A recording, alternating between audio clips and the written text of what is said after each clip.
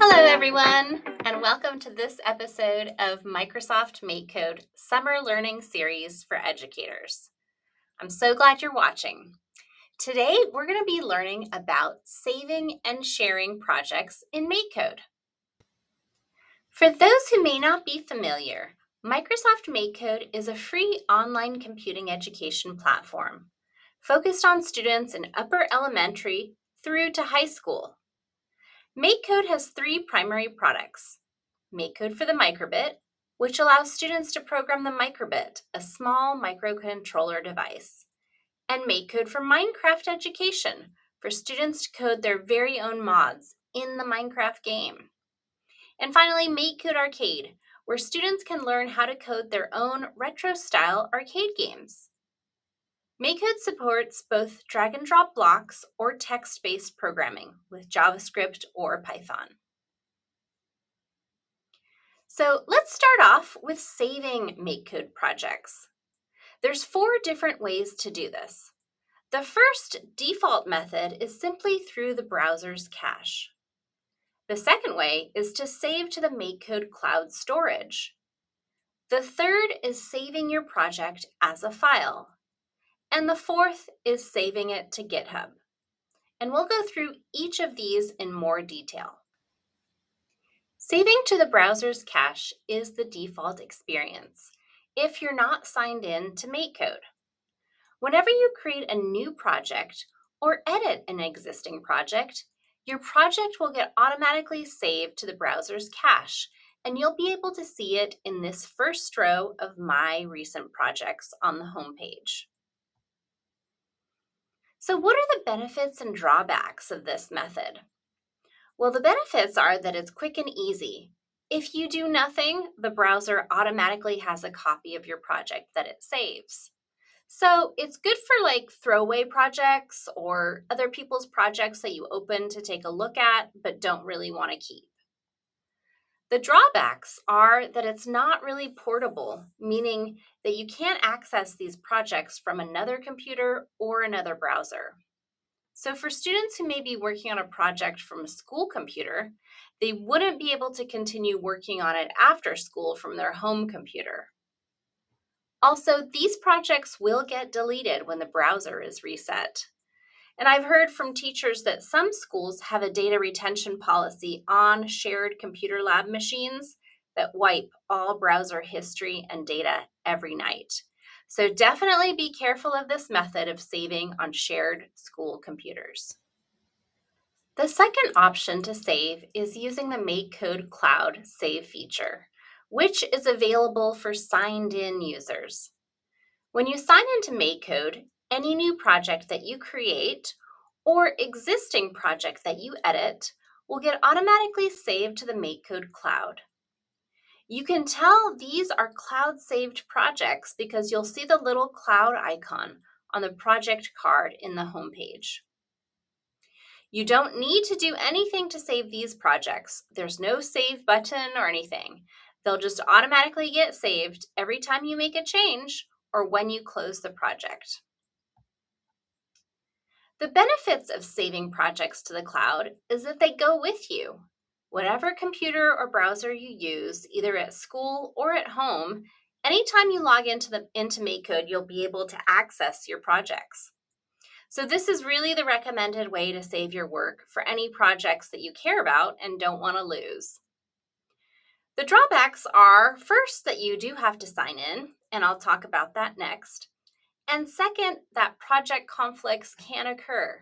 So if you have the same project open from multiple places at once, or even in different browser tabs, the cloud doesn't always know which one to save. And for handling these types of sync conflicts, MakeCode will make a copy of your project. In order to take advantage of cloud saving, you will need to log into MakeCode. We use what's called pass-through authentication using Microsoft, Google, and Clever identity providers. And we support logging in with either a school organizational account or a personal individual account. I'll talk a bit at the end about MakeCode's privacy policies and the data we collect. But at any time, you can completely delete your account and all of your associated MakeCode data if you'd like. And also a reminder that you do not need to sign in at all to use MakeCode. You just won't be able to take advantage of the cloud save feature.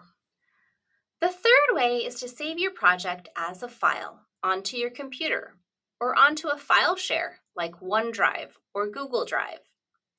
The way to do this is by clicking on that floppy disk icon at the bottom of the MakeCode editor screen. This will save your project into the browser's download folder on your computer. The benefits of this method is really control of your projects.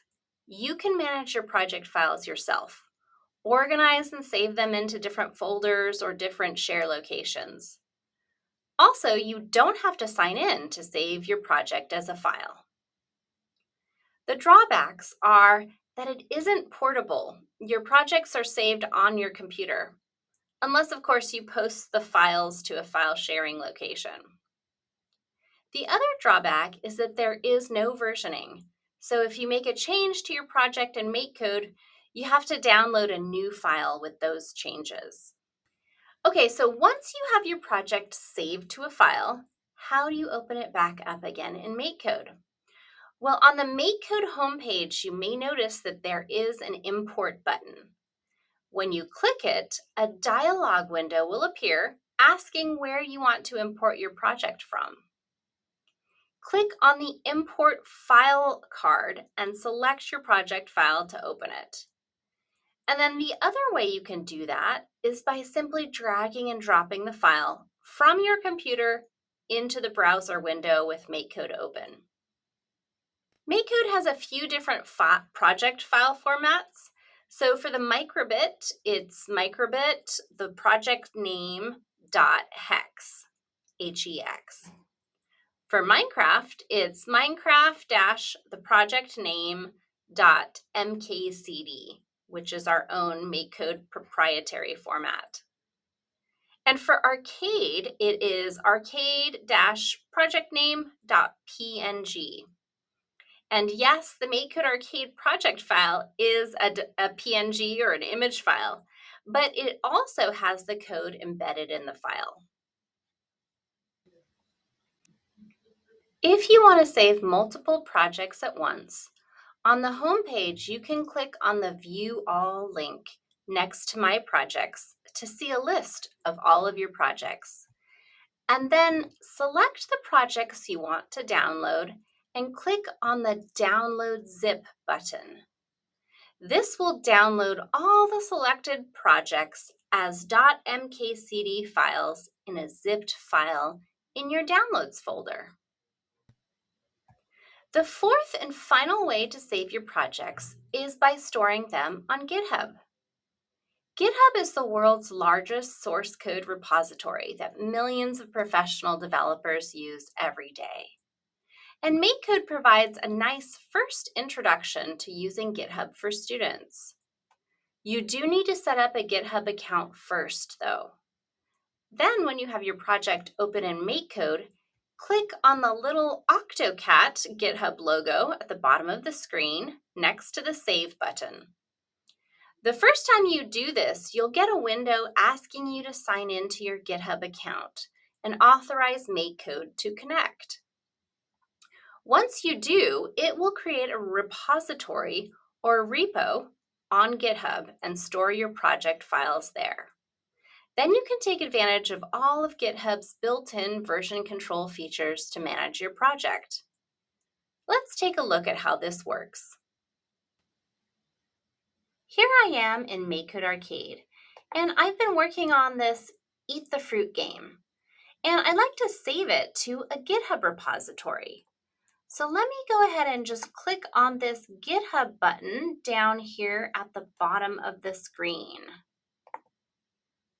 And when I do, I'm already signed in. So I'll just go ahead and give it the repository name, a description, and ensure that it is public, and click Go Ahead.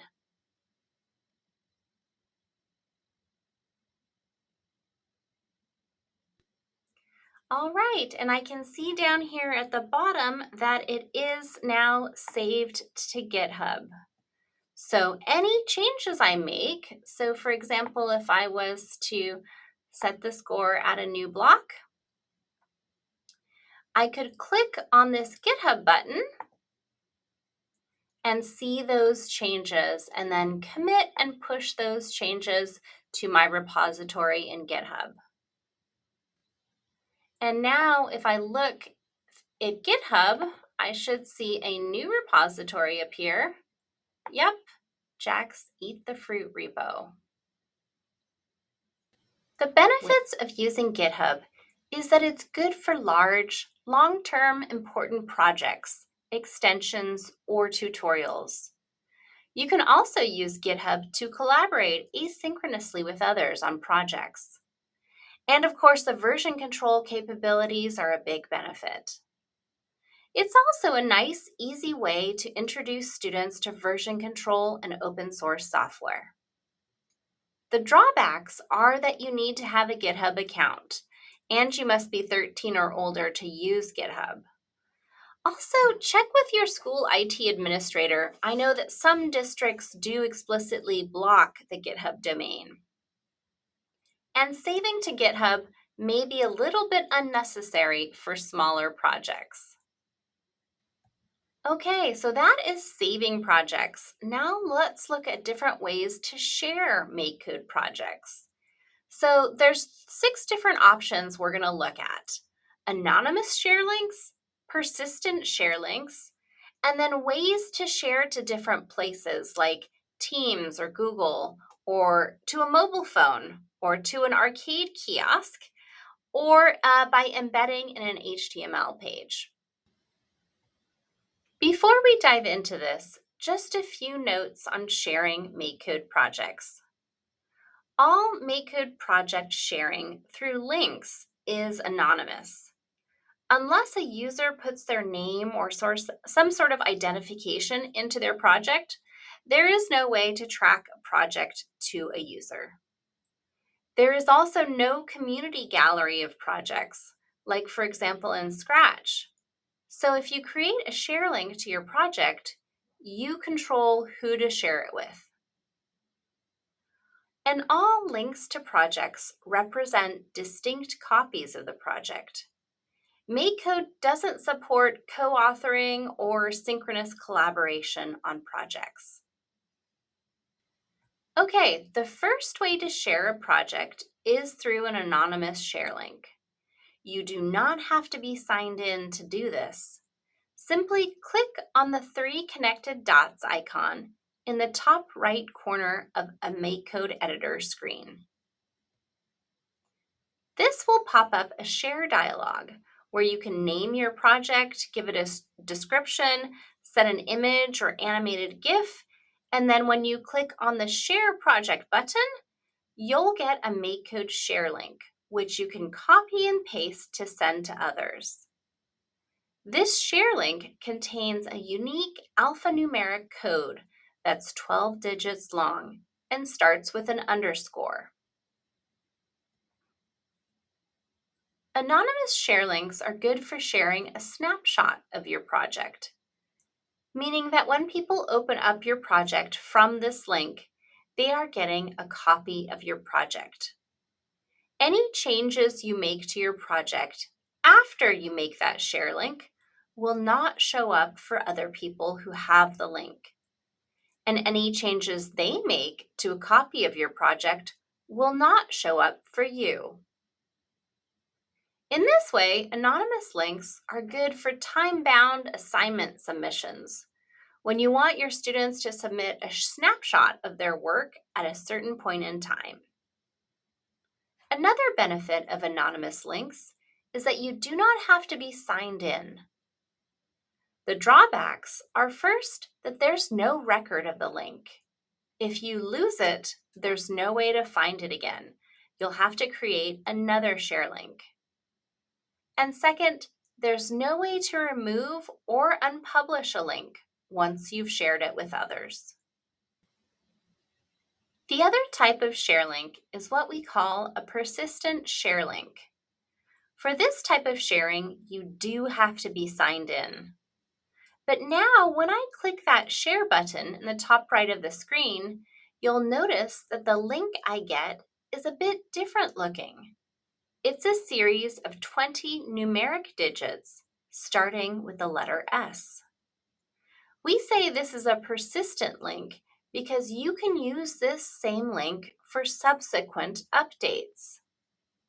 For example, say I make a sample program to share with my class.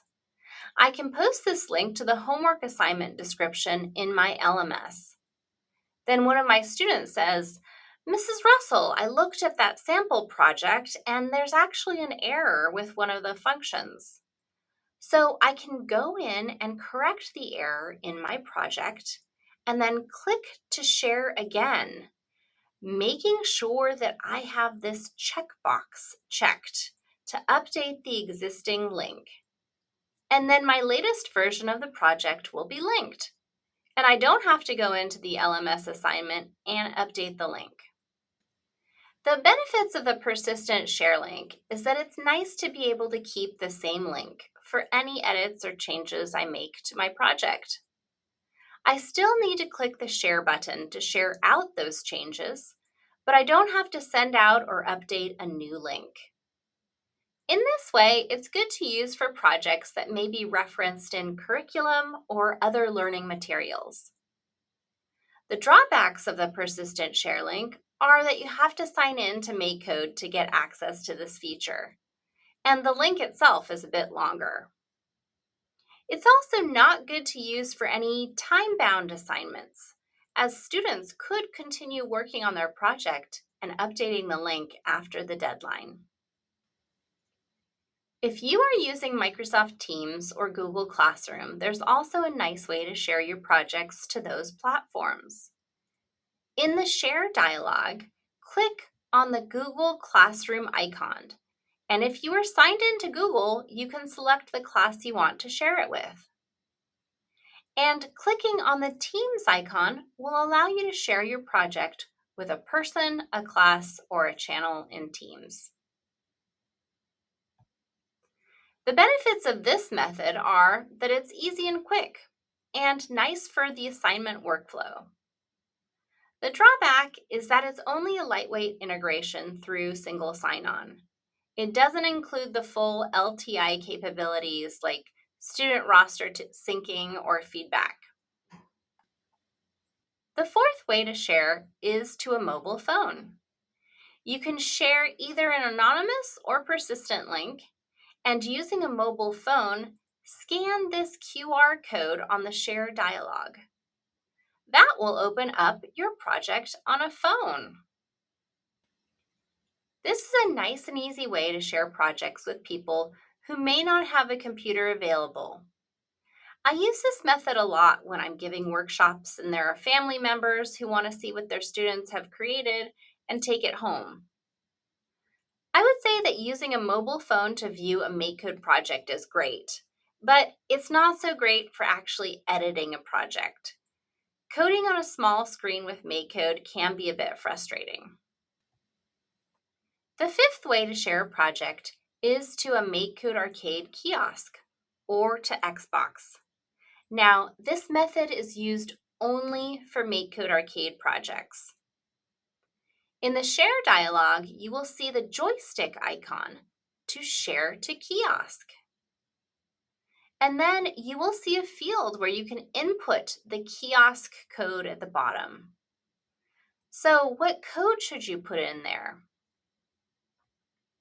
If you're sharing to an arcade kiosk machine, you will click on the Add Game button, and it will show you the kiosk code to enter. Let's see how this is done. You can access the MakeCode Arcade Kiosk app by going to arcade.makecode.com/kiosk. This app is used to showcase and play different MakeCode Arcade games in an arcade game cabinet or using the joystick and button controllers. To add a game to this kiosk, I can click on the Add Your Game button. And this gives me a kiosk code here that I can copy. Now back here in MakeCode Arcade, I have my Eat the Fruit project open. And I'll click on the Share button in the upper right corner and click Share Project. This time, I want to select the joystick icon here. That will open up a field to allow me to paste in that kiosk code that I copied. And then I'll select Submit.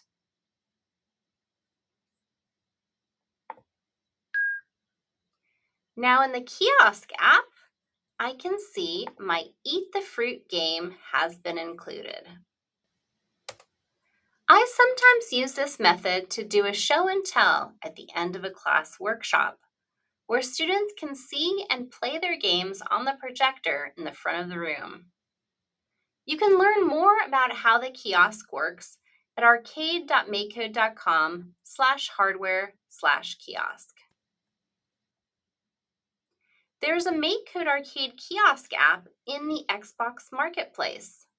So using the same method of sharing to kiosk, you can share your games to an Xbox console and play your games on a TV using an Xbox controller. The benefits of this method is that it's super engaging for kids. I've had students who tell me that sharing to an arcade kiosk or to Xbox makes them feel like their games are more real. The Kiosk web app is also a great way to showcase student games, even if you don't have a game cabinet. The drawbacks are that there's no way to share or save these kiosk collection of games. And the kiosk code only lasts 30 minutes. After that time, you have to use a new code to add more games to the kiosk. The last way to share out projects is by embedding them in a web page. In the Share Project dialog, click on that code icon. This will give you options to embed the code, the full editor, or just the simulator using these HTML iframe snippets. Let's take a look at how this works. Here I am in MakeCode for the microbit with this rock, paper, scissors project open. Let me click on the Share button and then click Share Project. Now this time, let me select this Embed Code icon button right here. This will give me HTML iframe snippets to copy and paste the code, the full editor, or just the simulator view of my project. So I'm going to copy all three here. And then I'm going to go over to this GitHub demo repo and open up this demo README file and paste these snippets in here. All right, let's go ahead and commit these changes.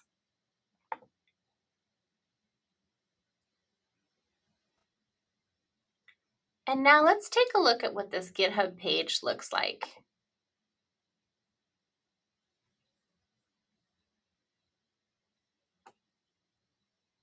Okay, so I can see I have a code-only view of my project. I have the full editor view of my project where I can toggle between the simulator and different views of my code. And I have just the simulator here. The benefits of sharing a project this way is that it's an immediate way for students to see a project in an online curriculum or for people to see your project in a blog post, for example. And it's nice to be able to share just the code or just the simulator. For example, if you were giving students a coding challenge to say, look at this project and see if you can recreate it without sharing the code with them. The drawback is that you do have to have some sort of web page to embed the iframe into. Now that we've talked about all the different ways to save and share MakeCode projects, let's talk about what safeguards are in place to keep students safe and protect their data. For online safety, all MakeCode shared projects go through Microsoft's content scanning service.